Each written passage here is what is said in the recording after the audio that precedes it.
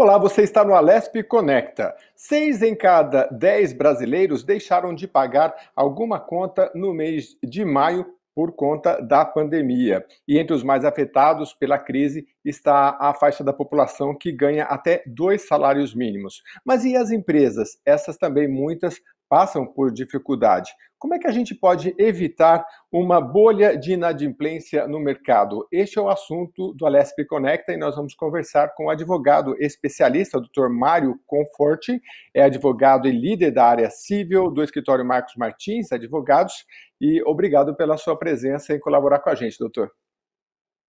Obrigado, Jeremy. Eu que agradeço a atenção e a oportunidade de participar do programa. Doutor, eu li um artigo seu que o senhor fala da questão da informalidade, que ainda é preocupante no Brasil, né? Mesmo essas iniciativas do governo, como o MEI, né, o microempreendedor individual, são poucas para colocar tanta gente que está na informalidade. A gente viu aí com o auxílio emergencial filas quilométricas, né? Uma população um pouco invisível que, de repente, parece que apareceu com tudo, né? Como é que o senhor vê esse aspecto durante a pandemia, dessa necessidade de formalização? Eu acho que a pandemia ela só acentuou essa situação que já existe no Brasil há muito tempo, né? Todo mundo sabe da grande informalidade e da grande dificuldade que os empresários têm de contratar formalmente, né? A legislação trabalhista é muito importante, mas ela também traz complicações, né? E em certa medida, o empresário, as empresas em geral, eles têm custos elevados com folha salarial, com todos os encargos trabalhistas que são devidos. Então, ao mesmo tempo que é importante garantir a proteção do trabalhador, é sabido, né, e é muito discutido isso, tanto que houve recentemente uma reforma da legislação trabalhista, de uma forma de equalizar esses custos, né, como forma, inclusive, de gerar mais empregos, né, de possibilitar a contratação e a formalização de outras pessoas, né, sem considerar, evidentemente, essa formalização daqueles que trabalham de forma autônoma, né, que não são empregados, né, e aí são microempreendedores, né, são pequenos empresários que é difícil a incluir essas pessoas no mercado formal, é uma burocracia muito grande, e essas medidas de desburocratização são essenciais, né, são importantes para que essas pessoas saiam da marginalidade, né, passem a integrar um mercado formal de trabalho empresarial e recolha imposto, né, gere receita, gere riqueza, isso tudo retorna para a sociedade. Doutor, o senhor trabalha na especialidade da área civil e também quando se trata da recuperação judicial. Como é que o senhor está vendo essas ações do governo? São várias legislações, é até difícil para o empresário acompanhar, né? Legislação trabalhista. As tributárias parece que aquele período de não recolhimento de tributos parece até que já passou um pouco, né? O senhor pode até nos atualizar. Mas eu digo assim, em relação, por exemplo, em relação às questões trabalhistas, você pode postergar, por exemplo, o pagamento de 1/3 das férias lá para dezembro, mas precisa ter um certo cuidado, né, para chegar no momento e ter os recursos. Como é que o senhor está vendo essas ações do governo para manter o emprego e manter a saúde das empresas? Estão a contento ou precisamos de mais energia nessas ações? Olha, o governo ele precisa fazer, né? Ele tem feito também o que é possível, né? O que está dentro da esfera de competência dele. Todo mundo sabe que o cobertor é curto também, né? Então, as medidas que foram tomadas, elas visavam mitigar os prejuízos e as dificuldades de uma situação que ela está se prolongando, né? No início da pandemia, ninguém tinha um conhecimento, uma percepção de que essa situação demoraria mais por tanto tempo, né? Nós já estamos em agosto, as medidas de isolamento social começaram em meados de março, então já são muitos meses e ainda não se tem, né? Na maioria dos lugares e de forma geral não se tem ainda um cenário certo, né? Sobre quando tudo isso vai vai passar, né? Quando efetivamente o novo normal vai se concretizar. Então, basta ver esse auxílio emergencial, né, que foi pensado por 2 meses, se discute a ampliação do programa. Então, é uma situação muito difícil para todo mundo, sem dúvida é muito difícil para todo mundo. Aliás, falando em situação difícil, eu li num artigo que o senhor mesmo publicou, mais de 1 milhão de brasileiros perderam o emprego em maio. E eu queria saber assim, como é que a legislação protege essa faixa da população? A gente tem o auxílio emergencial e a pessoa eventualmente vai receber um seguro-desemprego se tiver desempregada, né? E se estava formalizada. Mas o que mais que a gente pode lembrar? Talvez na questão dos aluguéis, né? Eu não sei se ainda está vigente a questão da pessoa poder postergar o pagamento do aluguel por alguns meses, né? Tem algumas medidas legais que protegem o cidadão, nesse caso, do desempregado? Especificamente, foi o tópico do meu artigo, o intuito foi mostrar que nessa situação as partes precisam ter bom senso, né? Precisam negociar. Não há uma legislação específica impondo descontos ou prorrogação de pagamentos, por exemplo, de aluguéis. A gente tem visto bastante ações, né, judiciais discutindo isso para locações comerciais, né? A concessão de descontos ou o diferimento dos aluguéis. Não existe ainda um entendimento do judiciário formado, é muito pontual, é caso a caso, né? Então, desde que demonstrada que houve uma queda na receita, no faturamento dessas, o judiciário tem tendido a conceder, né, descontos, né, nos aluguéis, né, para manter a locação, manter a operação. O mais importante, o que se pensa sempre, é preservar os negócios, e aí por isso que a negociação é muito importante, seja uma locação comercial, seja uma residencial, tem muita gente negociando, né, mesmo que é difícil para o locatário, muitas vezes com salário reduzido, né, continuar pagando, também é péssimo para o locador ficar sem integralmente o valor do aluguel.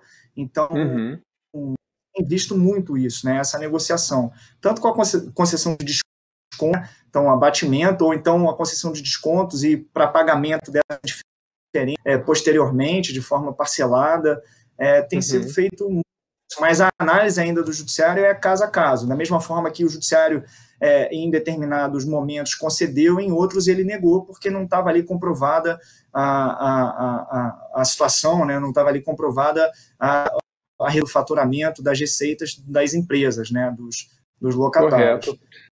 Agora, vai doutor, ser... Pois não. Não, já desculpa. Doutor, eu queria falar daqui a pouquinho sobre a recuperação judicial. Até a gente falava antes de iniciar o programa sobre uma grande empresa aí do ramo do varejista que pediu a recuperação judicial e foi aceita pela justiça, né? Mas eu queria entender também se o senhor trabalha também na área civil junto só para empresas ou também para pessoa física. Eu pergunto isso para saber o que tem chegado de reclamação nos escritórios, se a gente vê muito aí o caso da educação, né, que as escolas não estão conseguindo prestar o serviço, ao mesmo tempo que os pais não conseguem ter acesso às aulas, claro, por conta da pandemia, né? Eu conversava com uma contadora recentemente, ela disse, olha, nesse caso das escolas, a gente falou, é melhor encerrar o contrato. Então, eu queria saber, nesse sentido, o que tem chegado das pessoas físicas, não sei se o senhor atua nessa área, mas e quais são as orientações principais que vocês têm dado para determinados setores, como educação, saúde, onde a prestação de serviço não consegue ser feita, e, por outro lado, a pessoa também precisa, então, se não é prestado o serviço, dependendo do contrato, saber se pode encerrar ou não, ou postergar, enfim. O escritório atua tanto para pessoa jurídica quanto para pessoa física. A minha atuação especificamente é mais para pessoa jurídica, mais para empresa. A gente não recebeu nenhuma demanda específica sobre a discussão de pagamento de mensalidades, né, de escolas, né, mas também é outro assunto que tem visto bastante no judiciário, né, escola, né, quanto faculdades também, universidades, alunos, né, entrando com demandas para pedir a redução do valor das mensalidades. Então, muitas escolas estão oferecendo descontos, né, isso tem variado bastante, não tem uma determinação específica, porque muitas delas precisa dos dois lados, né? A escola também ela precisa dos recursos, porque ela precisa manter a estrutura dela, ela precisa manter o quadro de funcionários dela.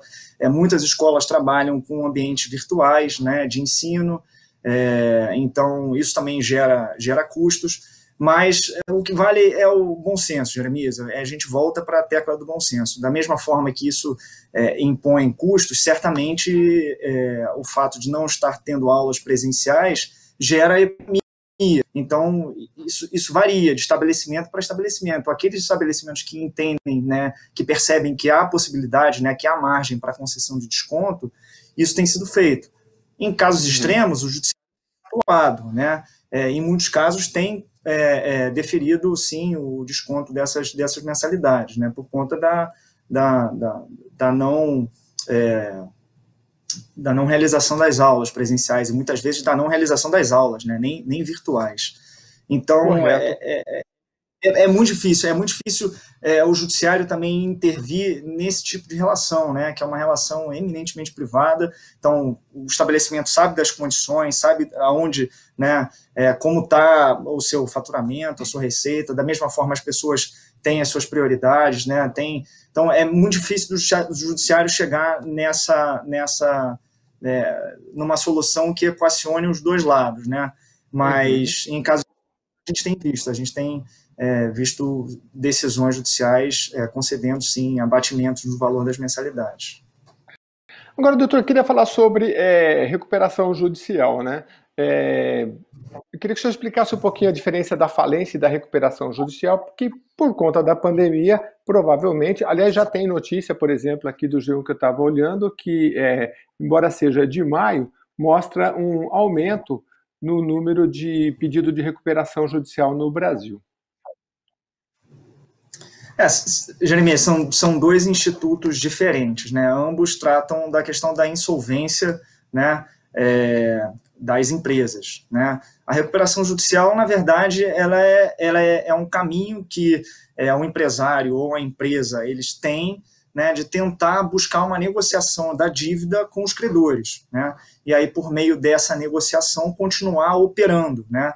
Continuar funcionando. O objetivo é de sorguear a empresa, que ela consiga passar por um momento temporário de violência, de dificuldade financeira. A falência, não. A falência é um instituto, mas é previsto para o caso em que não há mais jeito, né? A empresa não tem como reverter a situação dela de insolvência, e aí o que vai acontecer é que ela vai deixar de operar, né? E os credores vão ser pagos, né, na medida em que se conseguir, levantando o ativo dela, né, você conseguir equalizar esse passivo. Mas a empresa deixa de... ela sai é a conhecida quebra, né? Quando a empresa quebra é que ela a faliu. Bancarrota. Agora, doutor, existe um momento melhor para a empresa solicitar recuperação judicial? Porque é um processo, né? Ela vai deixando de ter como pagar aquelas dívidas até que chega um momento que muitas vezes os próprios credores solicitam essa recuperação. E outras vezes, até se eu podia explicar, a própria empresa, né? As empresas pode ser que elas demorem muito para perceber que não vão conseguir honrar seus compromissos. Existe um momento mais ideal para pedir a recuperação? Não existe momento ideal. Isso é uma análise do próprio empresário, uma análise do próprio negócio. Os credores eles não podem requerer a recuperação judicial da empresa, do devedor, ao contrário da falência. A falência ela pode ser requerida pelo credor. Então, se a empresa está inadimplente, ou seja, se ela não pagou uma dívida ou se ela está praticando determinados atos previstos na lei de falências que induzem a percepção de que a empresa ela se encontra insolvente, o credor pode requerer a falência, né? Assim como o empresário, né, ele pode requerer a autofalência também. É mais difícil, mas existe essa possibilidade. A recuperação judicial não. A recuperação judicial é uma decisão do próprio empresário. é uma análise do negócio, da viabilidade, ele precisa fazer um estudo, né, um estudo prévio, econômico, sobre o negócio dele, e verificar se é possível, dentro de uma negociação com esses credores, manter a operação. Se isso for viável, se isso for aparentemente viável, o empresário ele pode seguir com essa recuperação, até porque essa viabilidade ela é analisada pelo juiz também. Quando o empresário pede, né, quando a empresa requer a recuperação judicial, essa viabilidade do negócio, né, da possibilidade de recuperação da empresa, isso é levado em conta pelo juiz também. Uhum. E por que o número, se a gente tomar em consideração o número de empresas, me parece muito baixo? Eu estava olhando aqui, por exemplo, em 2016, foi o ano que a gente teve mais pedidos de recuperação e foram 1.816. Eu vou recuperar os dados aqui e trago com mais precisão. Mas por que isso acontece, doutor? Porque a maioria simplesmente vai à falência e não chega a pedir a recuperação? Na verdade, é que existe também, da mesma forma que a gente tem a informalidade, né, das pessoas físicas, muitas empresas simplesmente deixam de operar, elas encerram as suas operações de forma irregular, né, sem formalizar isso.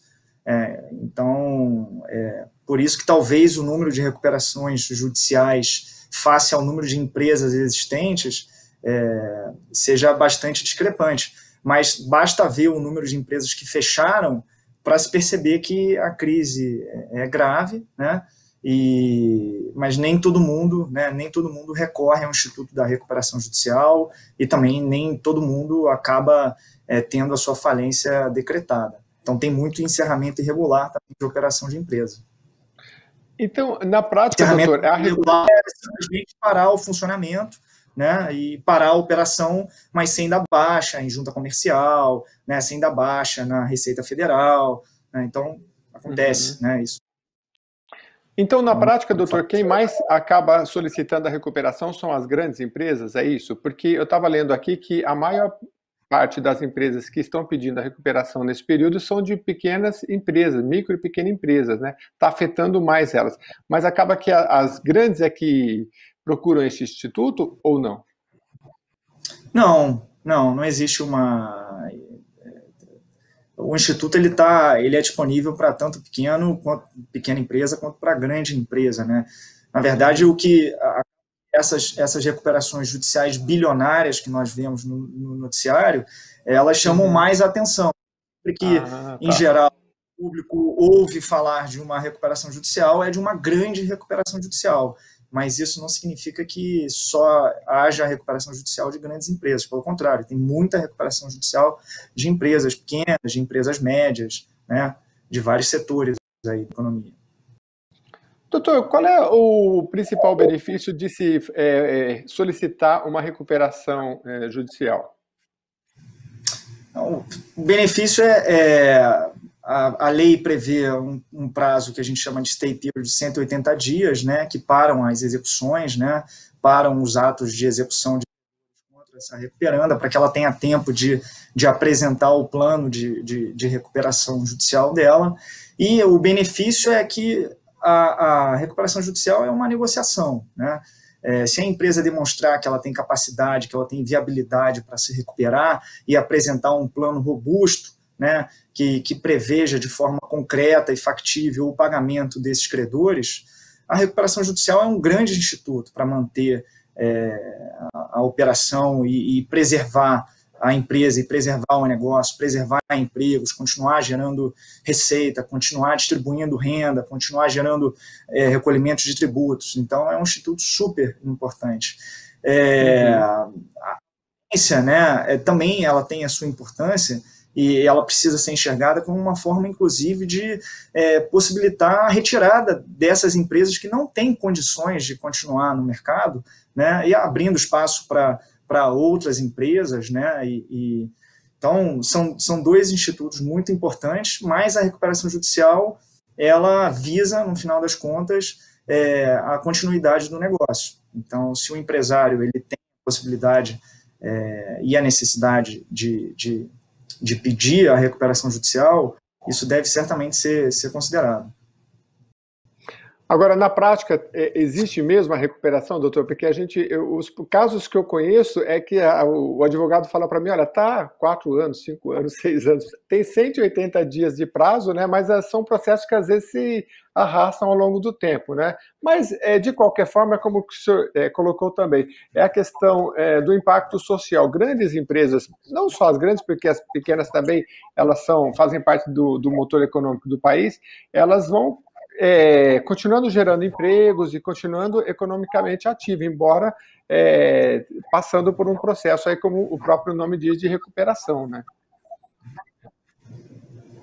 Sim, não é fácil, assim, existem diversos casos, né, de empresas que efetivamente se recuperaram, cumpriram integralmente com o plano de recuperação judicial, mas também não é uma situação fácil, porque quando a empresa chega, né, ao ponto de pedir a recuperação judicial, ela já está numa situação bastante difícil, né?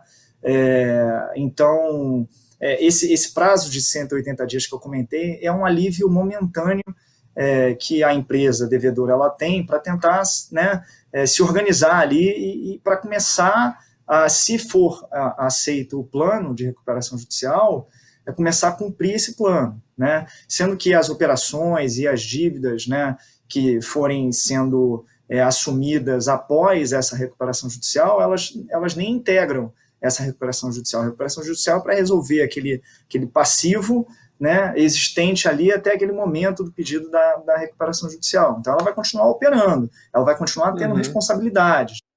Então, mas existem, né? Existem recuperações judiciais muito bem feitas e que o plano é cumprido. Em geral, os planos de recuperação judicial eles preveem um deságio, um desconto muito alto, né, desses créditos, né, dos credores. Então, os credores vão receber uma pequena parte do seu crédito originário, né, na maioria das vezes num prazo longo, com um período de carência inicial, ou seja, é realmente uma tentativa de compor aquela situação de insolvência momentânea da empresa devedora. Mas não deixa de ser uma negociação. Os credores eles precisam concordar também com os termos, eles precisam interessados, né, e perceberem a viabilidade no prosseguimento dessa operação. Por isso que muitas vezes a recuperação judicial acaba indo para o caminho da falência mesmo. Pois é, a gente vê agora durante a pandemia, empresas de aviação já era praticamente esperado que teria grandes problemas, né? A gente teve aí o caso da Avianca, que pediu recuperação, salvo engano também a Latam pediu primeiro nos Estados Unidos, parece que pediu no Brasil também, né? E a gente vê que nesses casos, como o senhor falou no começo, o bom senso é muito importante, porque quem comprou uma passagem, às vezes prefere ver um retorno, não, ainda que não seja integral, mas uma parte. Não estou falando de aviação, mas pode ser de qualquer um, né? Porque a gente sabe que é uma condição que tem que olhar os dois lados. Agora, eu estava olhando aqui, doutor, por exemplo, uma notícia do G1, quantas empresas estão em recuperação judicial no Brasil? Segundo dados da Serasa, em maio deste ano, havia 103 pedidos de recuperação judicial registrados por empresas no país, e deste total, 88 foram deferidos pela Justiça e 69 foram aceitos pelos credores. Um número que, como eu disse anteriormente, me parece muito pequeno. O senhor acha que a legislação precisaria se acomodar melhor à realidade do país? A gente tem exemplos em outros países em que essa negociação é mais rápida e possa oferecer boas recuperações para um número maior de empresas? A lei de recuperação judicial no Brasil ela é de 2005, né? Ela não é tão antiga, não é recente também. Muito se discute sobre eventuais reformas pontuais ou uma reforma geral da lei de recuperação judicial e falência. Ela tem cumprido seu papel, né, de permitir a recuperação daquelas empresas que demonstram que têm capacidade mesmo de se recuperar e dar um tratamento adequado para aquelas que não têm a capacidade de se recuperar e que devem realmente seguir o caminho da falência. Então, existem críticas, né, desde a promulgação dessa lei, da Lei 11.101 de 2005, que é a Lei de Recuperação Judicial e Falências, críticas relacionadas à exclusão de determinados créditos, por exemplo, do âmbito da recuperação judicial, a procedimentos, né, a muitas vezes essa demora num procedimento para você chegar numa conclusão, né, de aprovação ou não aprovação do plano, mas ela tem cumprido seu papel, e isso é importante, né? Então, a gente sabe das dificuldades, não é, doutor? Mas quem sabe agora com o judiciário, talvez, como todos os outros setores da sociedade migrando para a área digital, a gente consiga acelerar esse processo, né? Embora a gente sabe que, eu imagino que o processo de recuperação é mais ou menos como um processo de... Enfim, quando a pessoa morre, você tem que fazer o inventário, né? É um processo que demora, apresenta documento, a outra parte tem que avaliar. Imagina quando tem credores, né? Então, realmente é complicado. Mas a gente espera que esse processo seja acelerado e que possamos contar aí com especialistas como o senhor para que... É uma coisa que a gente não quer, mas que quando haja recuperação judicial, possa trilhar o melhor caminho aí pela justiça. Doutor, a gente está caminhando para o final, mas eu quero deixar o senhor à vontade para as considerações finais, a gente tratando aí sobre como evitar uma inadimplência generalizada no país, e o doutor Mário Conforti, é Conforti ou Conforti? Conforti. É Conforti. Mário Conforti, perdão, doutor. Doutor Mário Conforti, que é advogado, líder da área civil do escritório Marcos Martins Advogados, contribuindo aqui com a gente para esclarecer como tanto as pessoas na esfera particular, pessoa física, quanto jurídica, possa trabalhar para evitar uma inadimplência generalizada. Doutor, por favor, as suas considerações finais. Jeremias, evitar uma inadimplência generalizada é uma tarefa árdua, difícil, né? Mas existem medidas, pequenas medidas às vezes, que podem ajudar, né, a evitar um escalonamento das dívidas. Então, para as pessoas físicas, assim como as pessoas jurídicas, elas precisam priorizar aquilo que é necessário, né, que efetivamente é essencial nesse momento. Fora isso, é o bom senso, né? O bom senso na hora de negociar, seja você estando na parte do devedor, quanto na parte do credor também, né? Muitas vezes o devedor, ele é devedor numa ponta, mas em outra relação ele é credor. Então é essa percepção de um bom senso que ajudaria a equalizar determinadas situações sem que haja necessidade de recorrer ao judiciário. Mas precisando recorrer ao judiciário, né, é sempre uma porta, é sempre um caminho, né, tanto para evitar, para se discutir determinados contratos, determinadas dívidas, como para aqueles que são já devedores, né, empresas, empresários, que precisam negociar suas dívidas, procurarem a recuperação judicial, né, como a gente comentou agora há pouco, que é uma forma também de estancar e de evitar aí que a empresa vá à falência. Então, no final das contas, o recado nesse momento difícil para todo mundo é que a gente tenha bom senso, né, e que rapidamente a gente consiga sair dessa situação.